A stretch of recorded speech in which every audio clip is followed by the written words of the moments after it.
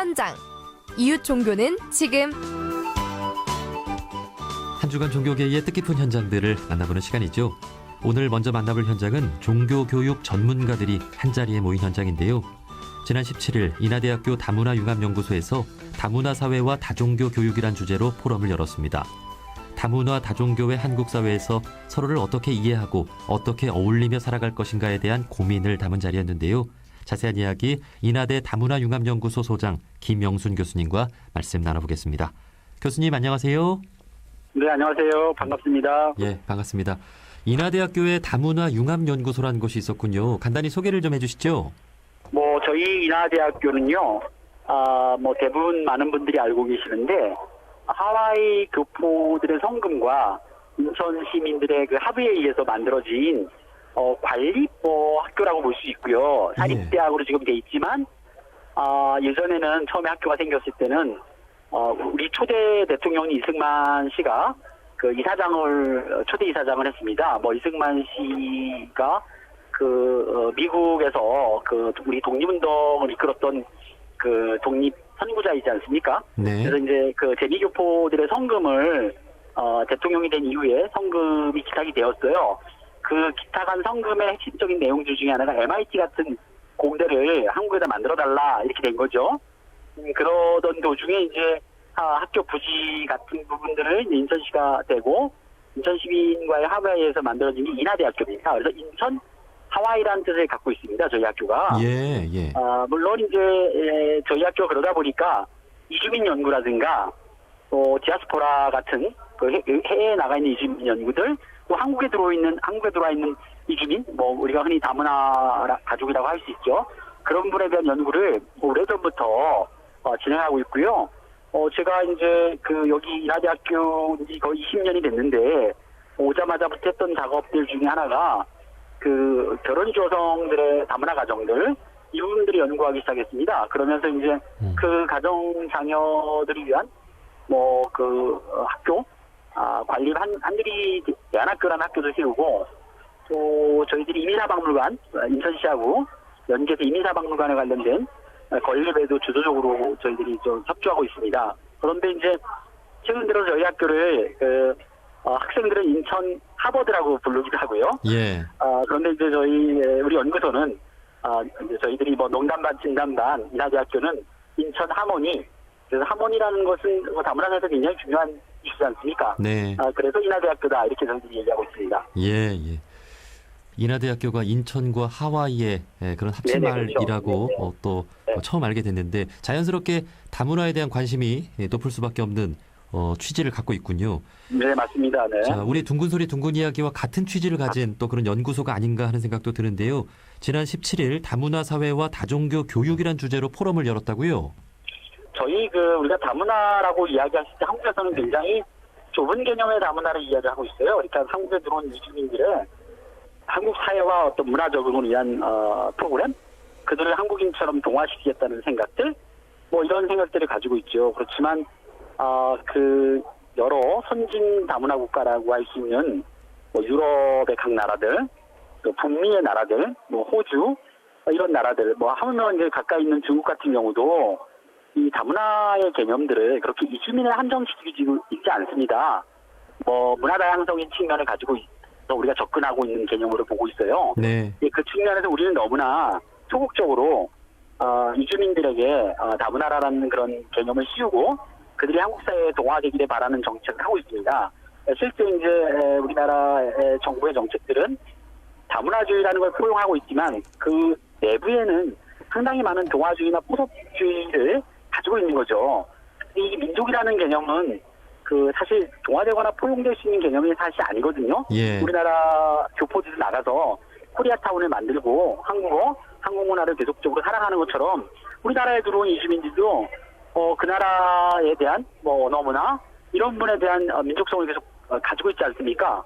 그 다문화는 이 국가적인 내셔널리티를 접근할 수 있는 것이 아니라 민족성이라는 에스니서티를 접근한다고 생각이 들어요. 네. 그래서 각 민족들의 그 특성들을 잘 우리가 파악하고 그런 다양성을 우리가 장점으로 살려야 되는데 그런 다양성을 획일화시키는 정책을 하거나 그러면 안 된다고 생각하고 있습니다. 이 점에서 종교가 굉장히 중요한 작용을 합니다. 예를 들어서 자, 우리나라는 한민족이라고 생각을 많이들 하고 있습니다, 사람들이. 근데 종교는 다양하죠. 우리 선생님도 알다시피 우리나라처럼 다양한 종교가 그 균형과 조화를 이루고 있는 나라가 드물 겁니다. 물론 가끔 종교 간의 갈등도 있지만 뭐 다른 나라에 비해서는 종교 간의 갈등이라고 볼 수 없을 정도로 조화로운 나라라고 보고 있어요. 다종교 국가죠, 우리나라는. 네. 종교의 자유가 보장돼 있다라는 거죠. 자, 여기서 한번 예를 들어서 불교를 한번 예를 들어 봅시다. 동남아 국가들은 불교가 불교, 힌두교, 이슬람교가 좀 많아요. 근데 불교 입장에서 한국에 들어오면은 불교 문화권이 같은 그걸 갖고 있잖아요. 우리나라도 불교가 있지 않습니까? 자, 불교 신자하고 그 나라에서 좀 불교 신자는 거의 동일한 문화의 개념입니다. 자, 그럼 다문화 사회에서 우리가 자, 종교라는 개념은 그런 민족을 넘어서서 서로가 서로를 이해할 수 있는, 공존할 수 있는 굉장히 중요한 요소지 않습니까? 네. 종교가. 그런데 이제 일부분의 종교에서는 유일신 사상이라든가 이런 걸 가져요. 굉장히 메타적인 종교들이 있죠.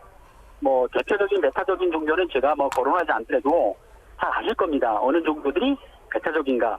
이런 종교들은 사실상 우리가 다문화 사회에서 공존, 상생 이런 부분들을 제한시키고 어려움을 줄 수 있는 거라고 생각해요. 지금 우리나라가 250만 명, 흔히 이제 이주민 수가 250만 명을 기록하고 있습니다. 예. 앞으로 20년 후에는 거의 제가 생각할 때는 30-40% 이상이 그 이주민으로 구성될 수밖에 없습니다. 우리나라의 저출산 고령화를 전망을 했을 때, 그 우리나라의 경제 규모를 이렇게 이끌어가려면 이주민을 수없이 우리가 수용하고 받아들일 수밖에 없는 국가적인 운명에 처해 있어요.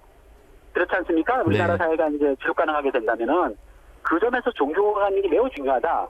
그러면 들어오는 사람들이 가지고 있는 그 종교성에 대한 부분에 대한 것이 중요한 게 아니라 다수의 우리가 들어오는 이주민들에 대한 종교성들을 포괄할 수 있는 다양성의 그런 그 오픈 마인드 이런 것들이 좀 필요하다고 생각하고 있어요. 네. 그래서 이것을 저는 상호 문화성이라고 표현하는데 그런 상호 문화 정신이 우리 사회에서 많이 필요하고 있지 않는가라는 생각을 가지고 있습니다. 그래서 그런 점을 기치로 이번 포럼을 만들었고 이 포럼을 통해서 불교, 기독교, 천주교, 천도교, 원불교를 포함해가지고요, 다 여러 종교들이 다 포괄한 그 종교의 연구자들이 함께 머리를 맞대고 다종교가 가능할 것인가 우리나라에서 그리고 앞으로 다문화 사회에서 이 종교가 갖는 기능이나 역할을 어떻게 가져가야 될 것인가 그런 취지로 만들어졌습니다. 예.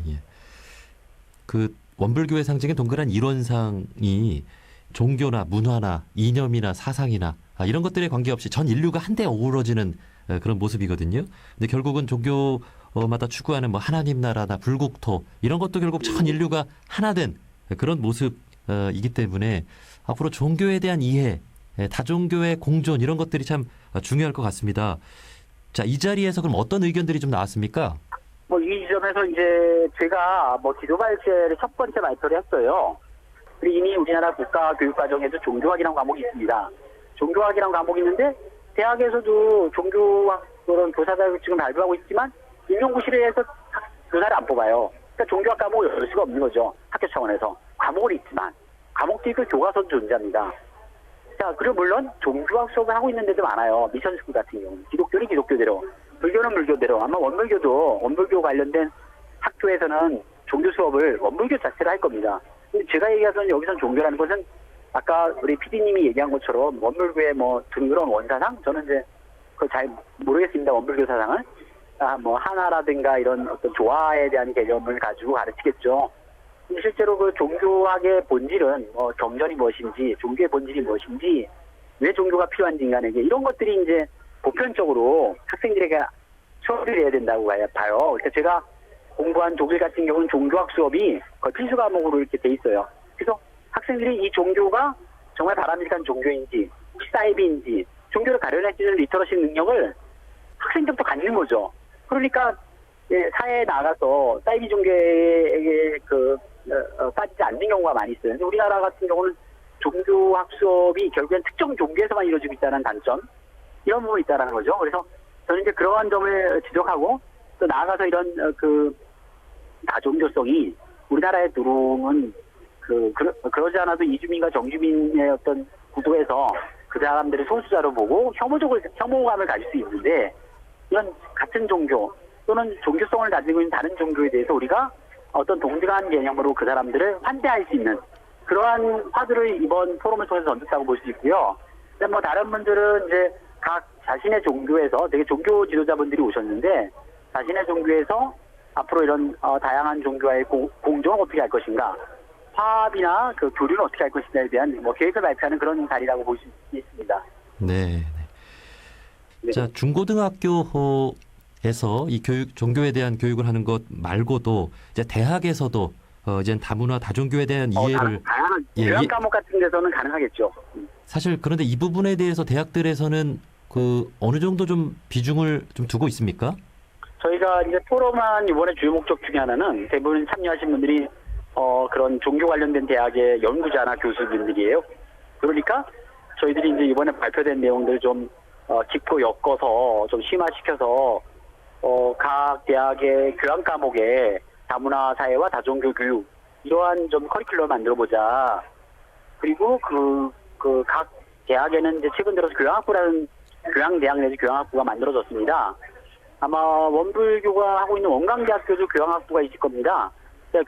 전국에 있는 교양대학 학장들이 모이는 그런 그 미팅이 있어요. 정기적인 미팅. 거기서 이제 저희가 이런 과목을 한치 좀 수강할 수 하고 이런 커리큘럼을 전국 단위에 좀 배포해서 대학생들이 청년 대학생들이 이러한 과목을 통해서 다종교에 대한 마인드, 올바른 종교를 선택하는 거에 대한 내용들, 그다음에 정말 종교의 본질이 뭔지, 왜 종교를 가져야 되는지 이런 궁극적인 부분들을 한번 짚어보고 그랬으면 좋겠다는 생각을 가지고 있습니다. 네. 앞으로 대학들에서도 이 종교에 대한 또 이해도를 높이는 그런 또 교육들도 있었으면 좋겠습니다. 여기까지 함께하겠습니다. 인하대학교 다문화융합연구소 소장 김영순 교수님이었습니다. 교수님 고맙습니다. 감사합니다. 네, 감사합니다. 네.